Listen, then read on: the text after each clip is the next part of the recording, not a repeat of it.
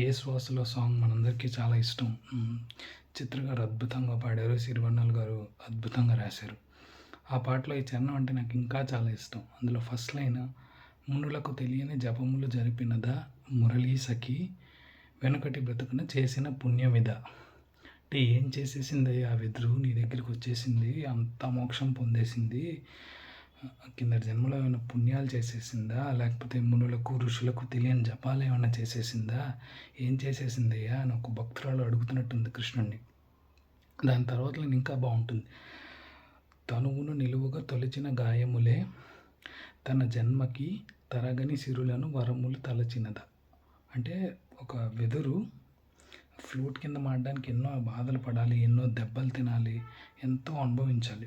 అంటే అంత బాధపడిందని నీ దగ్గరికి తెచ్చేసుకున్నావా కృష్ణ, నిన్ను చేరింది అష్టాక్షరిగా మారింది, ఎలా ఇంత పిన్నిది వెదురు తాను పొందింది. నీ దగ్గరికి వెళ్ళిపోయి ఓం నమో నారాయణ అనే మంత్రం తనే అయిపోయింది. ఏం చేసిందని నీ పెన్నిదే అది పొందింది ఆ వెదురు. కృష్ణ నాకు చెప్పవా, నేను కూడా వచ్చేస్తాను అదే మార్గంలో నీ దగ్గరికి అని ఎంతో ప్రేమగా అడుగుతున్నట్టు ఉంటుంది.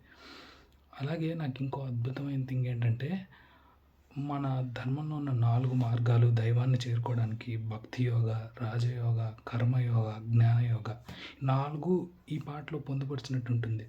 భక్తి యోగ అంటే డివోషన్.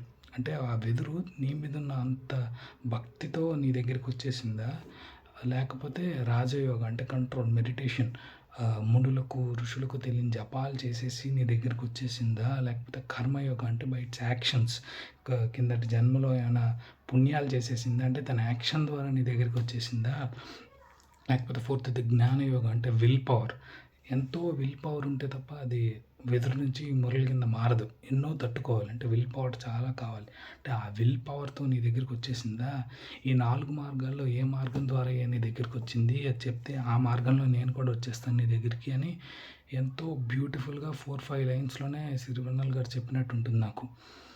అలాగే ఇంకో బ్యూటిఫుల్ ఫిలాసఫీ నాకు ఈ మురళిలో అనిపిస్తుంది ఏంటంటే, వెదురు నుంచి మురళి అవ్వడానికి అదన్నీ ఖాళీ చేసేసుకుంటుంది. ఫ్లూట్ అంటే ఏం ఉండదు లోపల.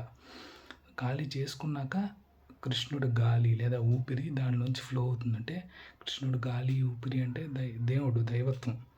అంటే మనం కూడా మనల్ని అన్నీ ఖాళీ చేసుకుంటేనే మనలోంచి కూడా దైవత్వం ఫ్లో అవుతుంది.